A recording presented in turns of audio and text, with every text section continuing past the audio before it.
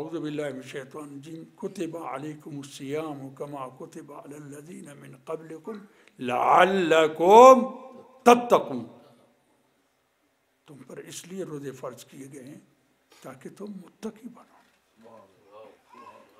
روزے کے ساتھ انسان کو متقی بننا آسان ہو جاتا ہے۔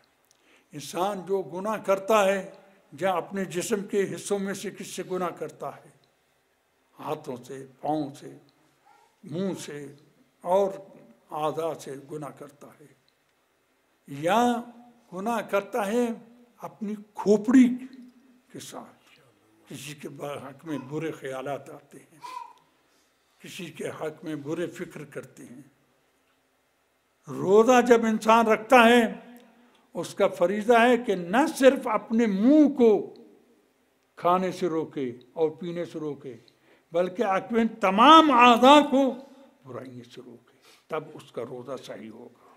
اور اس طرح اپنی کھوپڑی کو بھی غلط خیالات سے دور رکھے۔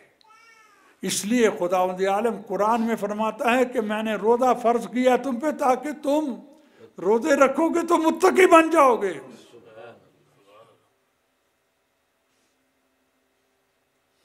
لعلکم تتقون، تاکہ تم متقی بن جاؤ۔ لہذا